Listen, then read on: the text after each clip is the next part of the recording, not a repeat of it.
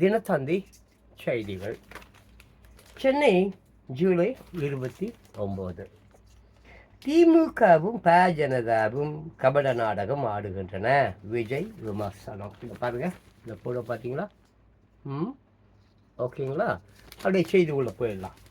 திமுகவும் ஜனதாவும் கபட நாடகம் ஆடுகின்றன. விஜய் விமர்சனம். சென்னை ஜூலை 29. திமுகவும் ஜனதாவும் கபட நாடகம் ஆடுகிறது என்று விஜய் கூறியுள்ளார். பாடம் எடுக்கிறார்கள். இது தொடர்பாக தமிழக வெற்றி கழக தலைவர் விஜய் வெளியிட்டுள்ள அறிக்கையில் கூறியிருப்பதாவது: பிரதமர் மோடி ராஜராஜ சோழனுக்கும் ராஜேந்திர சோழனுக்கும் சிலைகள் அமைக்கப்படும் என்று அறிவித்து சோழர்களின் பெருமை குறித்து நமக்கு பாடம் எடுப்பது போல பேசி சென்றுள்ளார். தமிழர் அடையாளம் என்றாலே அது தங்களுக்கு மட்டுமே உரியது போல பொய்யாக மார்தடி கொள்ளும் திமுக தமிழர் பெருமையான சோழ பேரரசுகளுக்கு உரிய மரியாதையை முன்பே அளித்திருந்தால் இப்போது தமிழர்களுக்கு எதிராக இருக்கும் மத்திய அரசு இதை கையில் எடுத்து இருக்காது. சோழ பேரரசின் பெருமையை கொண்டாட வேண்டியது தங்கள் கடமை என்பதை மறந்து மத்திய ஜனதா கையில் அடைக்கலம் புகுந்து தமிழகத்தை அடகு வைத்தது போலவே இப்போது தமிழர்களின் பெருமையையும் அடகு வைத்து உள்ளது திமுக அரசு. கபட நாடகம். அரசியலில் கபட நாடகம் போடுவதையே இயல்பாக கொண்ட திமுக இப்போது மத்திய ஜனதா அரசின் கபட நாடகத்திற்கு தாழ்வணிந்து வணங்கி தங்கள் மறைமுக உறவினருக்கு விசுவாசத்தை காட்டி உள்ளது. எதிராக இருப்பது போல காட்டிக்கொண்டே உள்ளுக்குள் மறைமுகமாக இணைந்து ஓர் அரசியல் நாடகத்தை அரங்கேற்றி இருக்கிறார்கள். மக்கள் ஏற்க மாட்டார்கள். கொள்கை கோட்பாடுகளுடன் அண்ணா ஆரம்பித்த திமுக இன்றைக்கு அனைத்திலும் சமரசம் செய்து கொண்டு தமிழுக்கும் தமிழர்களுக்கும் தமிழ்நாட்டுக்கும் எதிராக உள்ள ஜனதாவிடம் சரணடைந்து கிடப்பதுதான் வேடிக்கை. உங்களின் கபட நாடகத்தை இனியும் தமிழ மக்கள் ஏற்க மாட்டார்கள். இவர்களில் இருவரின் மறைமுகமான கபட நாடக அரசியலுக்கான தக்க பதில் அடியை 2026 சட்டசபை தேர்தலில் தமிழக மக்கள் உறுதியாக தருவார்கள். இவ்வாறு அவர் கூறியுள்ளார். அடுத்த செய்தி பார்த்தீங்கன்னு சொன்னாக்க, புதுடெல்லி நாடாளுமன்ற வளாகத்தில் இந்தியா கூட்டணி எம்பிக்கள் 5வது நாளாக போராட்டம். இதை பாருங்க, சீரியஸ் போடுகிறேன். ஓகேங்களா? நாடாளுமன்ற வளாகத்தில் நேற்று நடந்த ஆர்ப்பாட்டத்தில் சோனியா காந்தி, மல்லிகார்ஜுன கார்கே, ராகுல் காந்தி, கனிமொழி, அகிலேஷ் யாதவ் உள்ளிட்டோர் பங்கேற்ற காட்சி பாருங்க. ஓகேவா? நான் குறிப்பிட்ட பெயரில் உள்ளவர்கள் அனைவரும் இங்கே இருக்கிறார்கள். சரிங்களா? அப்படி செய்தி என்னன்னு பார்த்துடுவோம். நாடாளுமன்ற வளாகத்தில் இந்தியா கூட்டணி எம்பிக்கள் 5வது நாளாக போராட்டம். புதுடெல்லி ஜூலை 29. நாடாளுமன்ற வளாகத்தில் நேற்று இந்தியா கூட்டணி எம்பிக்கள் 5வது நாளாக போராட்டத்தில் ஈடுபட்டனர். 5வது நாளாக போராட்டம். நாடாளுமன்ற மழைக்கால கூட்டத்தொடர் கடந்த 21ஆம் தேதி தொடங்கி நடந்து வருகிறது. கூட்டத்தொடரின் 2வது நாளில் இருந்து பீகார் மாநில வாக்காளர் பட்டியல் சிறப்பு தீவிர திருத்தத்துக்கு எதிராக இந்தியா கூட்டணியில் உள்ள எதிர்கட்சி எம்பிக்கள் தொடர்ந்து போராட்டம் நடத்தி வருகிறார்கள். இந்த போராட்டம் நேற்று 5வது நாளாக நடைபெற்றது. இதில் காங்கிரஸ் மூத்த தலைவர் சோனியா காந்தி, அகில இந்திய தலைவர் மல்லிகார்ஜுன கார்கே, மக்களவை எதிர்கட்சி தலைவர் ராகுல் Gandhi, DMK MP Kanimozhi, Trinamool Congress MP Derek O'Brien உள்ளிட்டோர் கலந்து கொண்டனர். கேரள எம்பிக்கள். இதை போல கேரளாவைச் சேர்ந்த 2 கன்னியாஸ்திரிகள் சத்தீஸ்கரில் கைது செய்யப்பட்டதற்கு கண்டனம் தெரிவித்து எதிர்கட்சிகளைச் சேர்ந்த கேரள எம்பிக்கள் ஆர்ப்பாட்டம் நடத்தினர். இதில் காங்கிரஸ் பொதுச் செயலாளர் கேசி வேணுகோபால், கொடிக்குன்னில் சுரேஷ், பிரேமச்சந்திரன் உள்ளிட்டோர் கலந்து கொண்டனர். ஆளும் கட்சி எம்பிக்கள். எதிர்கட்சிகளின் இந்த போராட்டத்துக்கு இடையே ஆளும் கட்சி மற்றும் தேசிய ஜனநாயக கூட்டணியில் உள்ள கட்சிகள் எம்பிக்கள் ஆர்ப்பாட்டம் நடத்தினர். அவர்கள் அகிலேஷ் யாதவின் மனைவி டிம்பிள் யாதவ் பற்றி ஒருவர் கூறிய கருத்துக்கு எதிராக போராட்டத்தை முன்னெடுத்தனர். இதில் சுஷ்மா ஸ்வராஜின் மகள் பன்சூரி சுவராஜ் உள்ளிட்ட பெண் எம்பிக்கள் பலர் கலந்து கொண்டனர். இந்த போராட்டங்களால் நாடாளுமன்ற வளாகம் நேற்று பரபரப்பாக காணப்பட்டது.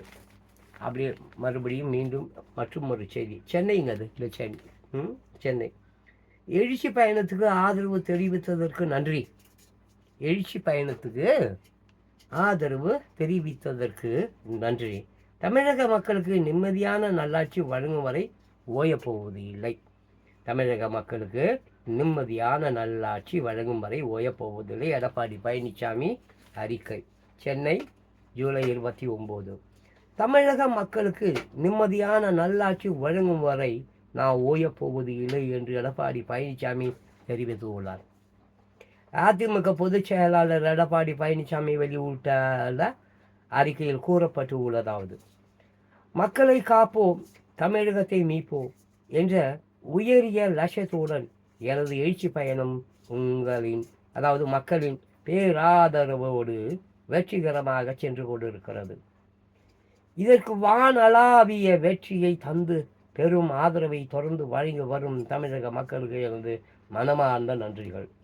எனது எழுச்சி பயணத்தை கடந்த 7ஆம் தேதி கோவை மாவட்டம் மேட்டுப்பாளையம் தொகுதியில் தொடங்கி கடந்த 25ஆம் தேதியில் புதுக்கோட்டை மாவட்டம் விராலிமலை தொகுதி வரை நிறைவு செய்திருக்கின்றன. கோவை, விழுப்புரம், கடலூர், பெரம்பலூர், அரியலூர், மயிலாடுதுறை, நாகை, திருவாரூர், தஞ்சாவூர், புதுக்கோட்டை ஆகிய 10 மாவட்டங்களில் 46 சட்டமன்ற தொகுதிகளில் வெற்றிகரமாக சுமார் 18.5 லட்சம் மக்களை நேரடியாக சந்தித்து இருக்கிறேன். அவர்களை பார்த்து, அவர்களின் குறைகளை கேட்டு, அவர்களின் மனநிலையை அறிந்தேன். அவர்களின் எதிர்பார்ப்புகளை நிவர்த்தி செய்வேன். நான் சென்ற இடங்களிலெல்லாம் என்னை ஆர்வமுடன் சந்தித்த பொதுமக்கள் உள்பட அனைவருமே திமுக ஆட்சியில் அவர்கள் சந்தித்து வரும் வேதனைகளை எடுத்து உரைத்தார்கள். நிம்மதியான ஆட்சி. அதிமுக ஆட்சியில் நாங்கள் பெற்ற நன்மைகளையும் பயன்களையும் கூறும் அவர்கள் அதிமுக ஆட்சியின் சாதனைகளை நினைத்து பெருமை அடைவதாக கூறினர். அதே வேளையில் பொய் வாக்குறுதி கொடுத்து ஆட்சிக்கு வந்த திமுக ஆட்சியாளர்களால் தாங்கள் அனுபவித்த துன்பங்களையும் துயரங்களையும் கூறினார்கள். மீண்டும் அதிமுக அரசு அமைந்தவுடன் நிச்சயமாக பலதரப்பட்ட மக்களும் தெரிவித்த அனைத்து கோரிக்கைகளும் ஏற்கப்பட்டு நிறைவேற்றப்படும். நான் என்று நான் உறுதி அளிக்கிறேன்.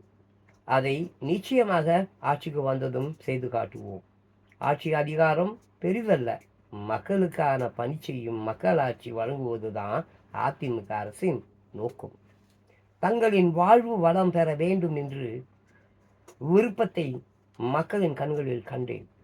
வானளாவிய வெற்றி பெற்ற எனது எழுச்சி பயணம் தொடரும். தமிழக மக்களுக்கு நிம்மதியான நல் ஆட்சியை வழங்கும் வரை நான் ஓயப்போவதில்லை. மக்களை காப்போம், தமிழகத்தை மீட்போம். இவ்வாறு அதில் கூறப்பட்டு உள்ளது. 22 நர்சுகளுக்கு வாழ்நாள் சாதனையாளர் விருது துணை முதலமைச்சர் உதயநிதி ஸ்டாலின் வழங்கினார். சென்னை வள்ளுவர் கோட்டத்தில் தமிழ்நாடு நர்சிங் மற்றும் மகப்பேறு கவுன்சூலின் நூற்றாண்டு தொடக்க விழா நடந்தது. இதில் சிறப்பாக பணியாற்றிய நர்ஸ் ஒருவருக்கு துணை முதலமைச்சர் உதயநிதி ஸ்டாலின் வாழ்நாள் சாதனையாளர் விருதை வழங்கிய போது எடுத்த படம். சில்ஸ் போட்டுக்கிறார், இது பாருங்கள். நர்ஸ் ஒருத்தவங்களுக்கு வாழ்நாள் விருது. ஓகே, அடுத்து பார்த்தீங்கன்னாக்க டாக்டர் ராமதாஸுக்கு பிரதமர் மோடி வாழ்த்து. டாக்டர் ராமதாஸுக்கு பிரதமர் மோடி வாழ்த்து. பாமக வெளியிட்டுள்ள செய்தி குறிப்பில் கூறப்பட்டு உள்ளதாவது, பாமக நிறுவனர் தலைவர் டாக்டர் ராமதாஸுக்கு பிரதமர் நரேந்திர மோடி தொலைபேசி மூலம் பிறந்த நாள் வாழ்த்து தெரிவித்தார். அப்போது, உங்கள் பிறந்த நாளான ஜூலை 25 எனக்கு வெளியில் வேறு அலுவல்கள் இருந்ததால் அன்றைய நாளில் வாழ்த்த முடியாமல் போய்விட்டது என்று தெரிவித்தார். அப்போது டாக்டர் ராமதாஸ், நீங்கள் 100 ஆண்டு காலம் நலமுடன் வாழ்ந்து மக்கள் பணியாற்ற வேண்டும் என்று பிரதமரை வாழ்த்தினார். அதனை ஏற்றுக்கொண்ட பிரதமர் நரேந்திர மோடி, முன் மாதிரியாக நீங்கள் வாழ்ந்து மக்கள் தொண்டாற்ற வேண்டும் என்று டாக்டர் ராமதாஸை வாழ்த்தி மகிழ்ந்தார். இவ்வாறு அதில் கூறப்பட்டு இருந்தது. அடுத்து மீண்டும் ஒரு செய்தி. அதிமுக சார்பில் தேர்வு. மாநிலங்களவை எம்பிக்களாக இன்பதுரை தனபால் பதவியேற்பு. அதிமுக சார்பில் தேர்வு. மாநிலங்களவை எம்பிக்களாக இன்பதுரை தனபால் பதவியேற்பு. புதுச்சேரி. தமிழகத்தில் இருந்து மாநிலங்களவைக்கு புதிதாக தேர்ந்து எடுக்கப்பட்டு இருந்த 6 எம்பிக்களில் கமலஹாசன் உள்ளிட்ட 4 பேர் கடந்த 25 பதவி ஏற்றுக் கொண்டனர். அப்போது அவர்கள் விழுமிய முறைமையுடன் என ஒரு உறுதிமொழி வாசித்தனர்.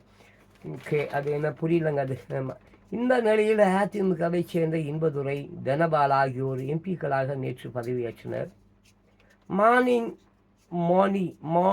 மாநிலங்களவை தலைவர் பொறுப்பேற்று வகிக்கும் ஹரிவன்ஷ் நாராயண் சிங் முன்னிலையில் இந்த பதவி பிரமாணம் நடந்தது. அப்போது எம்பிக்கள் இருவரும் கடவுளின் பெயரால் ஆணையிட்டு என கூறி உறுதிமொழி ஏற்றனர்.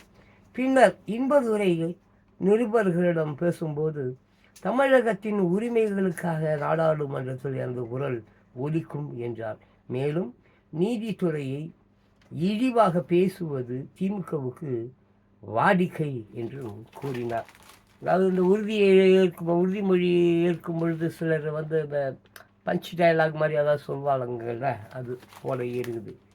ஓகேங்களா. அப்புறம் பார்த்தீங்கன்னு சொன்னாக்க அடுத்த பக்கம்